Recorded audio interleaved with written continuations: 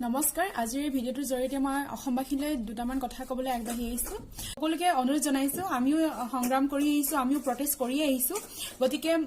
আমিও হতাশ হোৱা নাই আপোনালোকেও হতাশ নহব কাৰণ আমি যদি ৰজাক যদি আমি ৰজা বনাও আমি যদি এজন মানুহক সাধাৰণ ব্যক্তিক এজন চাইৱালাক যদি আমি প্ৰধানমন্ত্ৰী বনাব পাৰো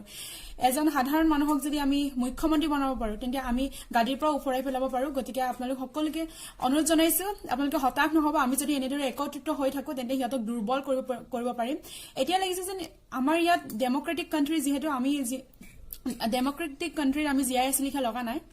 এতিয়া লাগিছে যে ৰাজতন্ত্ৰ চলি আছে কাৰণ ইমান 3 কোটি মানুহে ওলাই আহি ৰাজপথত ওলাই আহি দিনে ৰাতিয়ে ৰাজপথত প্ৰটেষ্ট কৰাৰ পাছতো ইয়াৰ পাছতো কেইজনমান পালি নেতাবোৰ কেইজনমান দুই এজনমান পালি নেতাৰ কাৰণে গোটেই বিলখন পাছ হ'বলৈ গৈ আছে আৰু যাৰ ফলত মানে কেইজনমান পালি নেতাৰ গা এতিয়াও লৰা নাই সিহঁতে ঐক্যবদ্ধ হৈ আছে যে আমি বিলখন পাছ কৰিমেই গতিকে আমি অসমীয়া 3 কোটি অসমীয়াই যদি আমি যদি 3 কোটি অসমীয়া যদি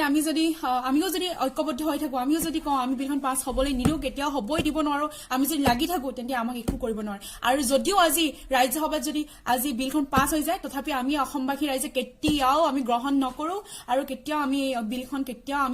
কেতিয়াও অসমত মানি ল'ব নোৱাৰো গতিকে ৰাজ্যসভাত যি ৰিজাল্ট দিয়ে নিদিয়ে সেইটো আমাৰ কাৰণে কোনো ডাঙৰ কথা নহয় কাৰণ আমি যি বিৰোধিতা কৰিব লাগে আমি যি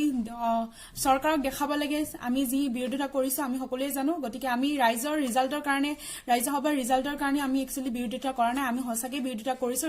ৰাজ্যসভাত যদি বিলখন পাছ হৈ যায় তেতিয়া আমি বিলখন মানি ল'ম এনেকুৱা কথা নহয় যদি ৰাজ্যসভাতে বিলখন পাছ হয় তথাপি আমি মানি নলওঁ আমি সদায় একত্ৰিত হৈ থাকিম আৰু সদায় এনেদৰে আমি বিলখনৰ বিপক্ষে যুঁজি থাকিম আৰু যদি আমাৰ অসমত যদি সেই বিলখন যদি লাগু হয় তেন্তে আমি অসমবাসী আমি দেখাই দিম যে আমি লাচিতৰ সন্তান আমি যদি মোগলক খেদিব পাৰো তেন্তে বাংলাদেশী আমাৰ কাৰণে কোনো ডাঙৰ কথা নহয় গতিকে আপোনালোক সকলোকে মই অনুৰোধ জনাইছো আপোনালোকে হতাশ নহব আমাৰ অসমখন এতিয়া দ্বিতীয়খন কাশ্মীৰ বনাব গৈ আছে কাশ্মীৰত যেনেকে আইন বলবদ্ধ কৰিছিলে কেইদিনমান পূৰ্বে হেনেদৰে আমাৰ ইয়াতো ইন্টাৰনেট সেৱা বন্ধ কৰি আমাৰ বলপূৰ্বকভাৱে আমাৰ আৰক্ষী সৈন্য আমাৰ অসমৰ হাতত গটাই দি আমাৰ অসমৰ মানুহৰ ওপৰত আৰক্ষী সৈন্য গটাই দি কাশ্মীৰৰ পৰা আনিছে আৰক্ষী সৈন্য গতিকে হেনেদৰে কাশ্মীৰত যেনেদৰে আইন বলবদ্ধ কৰিছিলে হেনেদৰে অসমতো কৰিব বিচাৰিছে কিন্তু আমি কাশ্মীৰৰ মানুহৰ দৰে আমি ইমান দুৰ্বল নহয় আমি অসমীয়া আমাৰ গাত লাচিতৰ তেজ আছে গতিকে সকলোকে কৈছো আপোনালোকে হাৰ নামানিব এনেদৰে সংগ্ৰাম চলাই থাকক আমিও চলাই আছো শেষত জয় আই অসম